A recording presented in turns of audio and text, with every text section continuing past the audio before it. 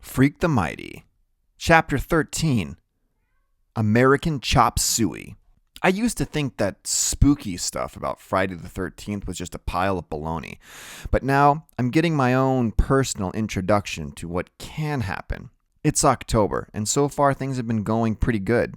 Better than I ever expected. Me and Freak are like this unit, and even Mrs. Donnelly says she is starting to get used to us, which is her way of admitting that Freak is about twice as smart as she is, and for sure he's read more books. She keeps saying stuff like, "Kevin, we know you know the answer because you always know the answer. So wouldn't it be nice if someone else got a chance? For instance, your friend Maxwell." Freak goes, "He knows the answer, Mrs. Donnelly." "Yes, Kevin.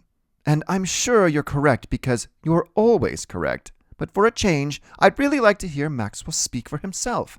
"Maxwell? Maxwell Kane." This is dumb because what does it matter if I know the answer?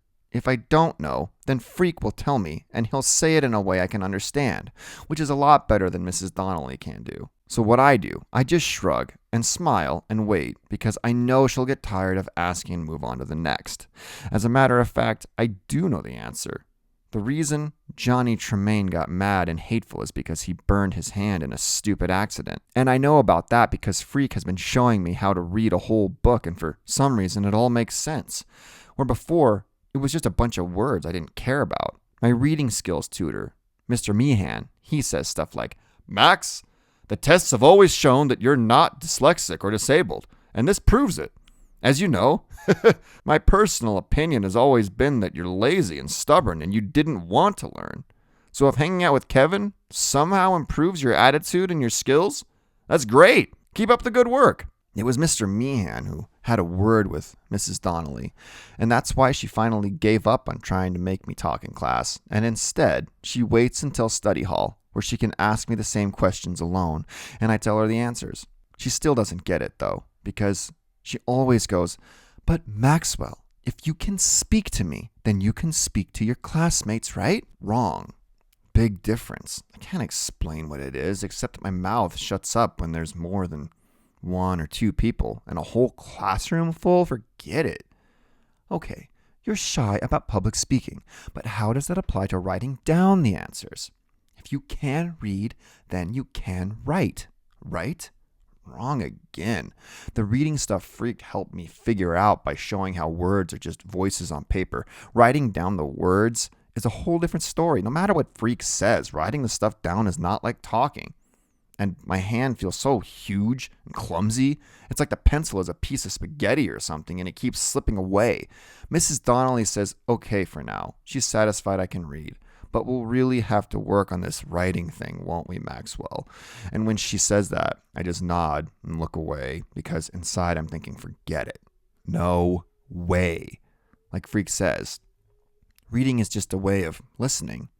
And I could always listen. But writing is like talking.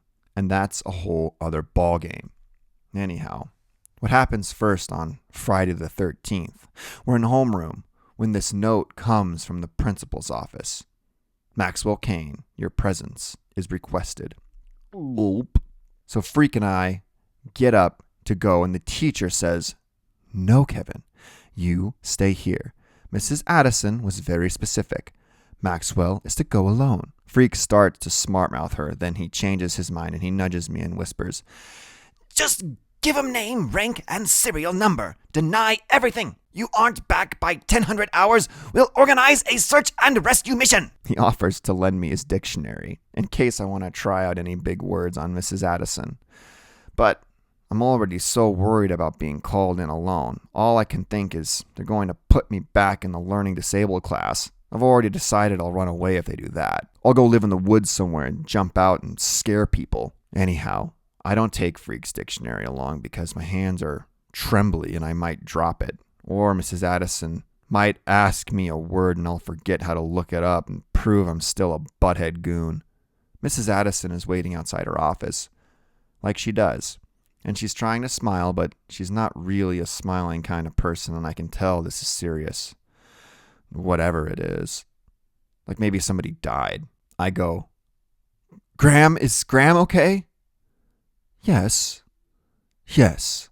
Everybody is fine. Come in and sit down, Maxwell, and please try to relax. Yeah, right.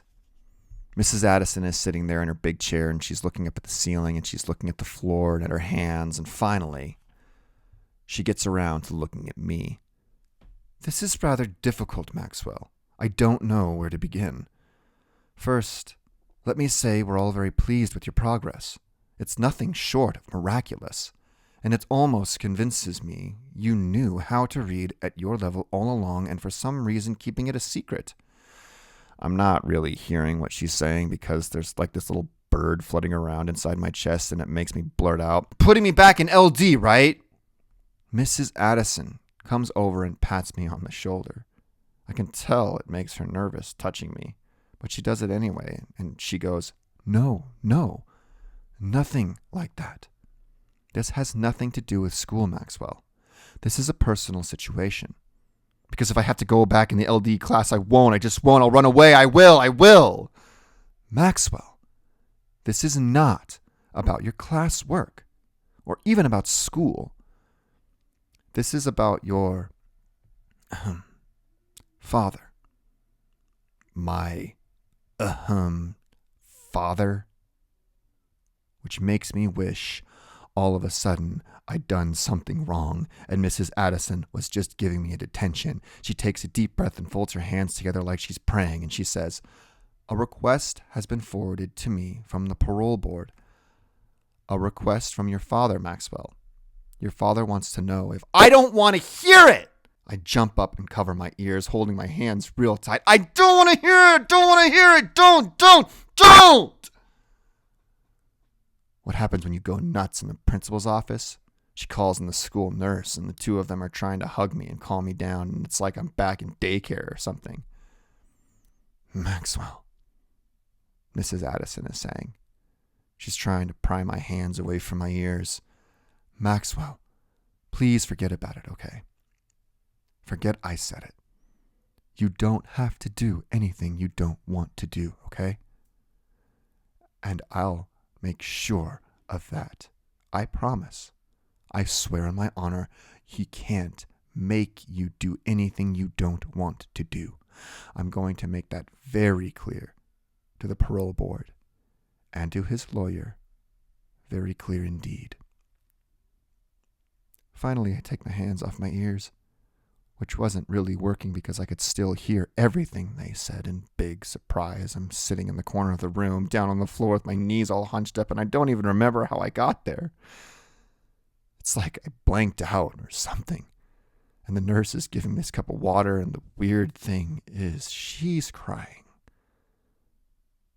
I'm sorry, I say. I didn't mean to hurt you. You didn't, she says. I cry easy. Don't you worry about it. I do worry about it, though, because if she's crying, I must have hit her and I don't remember it. Which, if you think about it, is really scary. Who knows what I might do and then not remember it? The worst thing happens later in the cafeteria. Freak has this thing about American chop suey. He loves the stuff. The gooier, the better. You'd never believe a person so small could eat so much. And when he holds up his plate, he always says, "Please, sir, more gruel." And I always say, "It's American chop suey, not gruel. I looked up gruel, remember?" And he always goes, "I beg you, sir, more gruel." And so finally I go up to get him another helping. When I come back, something is wrong. Freak's face is all red and swollen up, and he's making his noise. And he can't talk, and all he can do is look at me and try to say something with his eyes, and then I'm running to get the nurse. Quick, he can't breathe! And then she's running as fast as me, and she's yelling for someone to call an ambulance. Back in the cafeteria, Freak is turning purple. The nurse grabs him, and she's got this plastic thing she shoves into his mouth, and his eyes are closed up tight, and one of his legs is kicking. I don't know what to do, and I start hopping up and down in one place, and when the kids keep crowding around, I push them back, and next thing, Freak's face is starting to look pink instead of purple, and he's breathing okay. Right about then, the ambulance comes. I never even heard the siren, and Freak is trying to talk in this croaky voice as they put him on the stretcher. "I'm okay. He keeps saying, "Really? I'm okay. I just want to go home." The deal is, once they call the ambulance, you have to go to the hospital and get checked out. That's the rule. I keep trying to get into the back of the ambulance with him, but they won't let me. Finally, Mrs. Addison has to come out and pull me away until the ambulance leaves with just the light going and not the siren. "You've had quite a day, haven't you?" she says, walking me back into the school. "It's not me who had quite a day," I say. "Kevin is the one. All he did was try and eat his lunch." Mrs. Addison gives me this look, and then she goes, "You're going to be okay, Maxwell Kane. I'm sure of it now." She's okay for a principal, but for some reason I still can't make her understand that it's not me who had a really bad Friday the 13th. And I swear on the dictionary, if Freak ever tries to eat American chop suey again, I'll dump it on his head or something.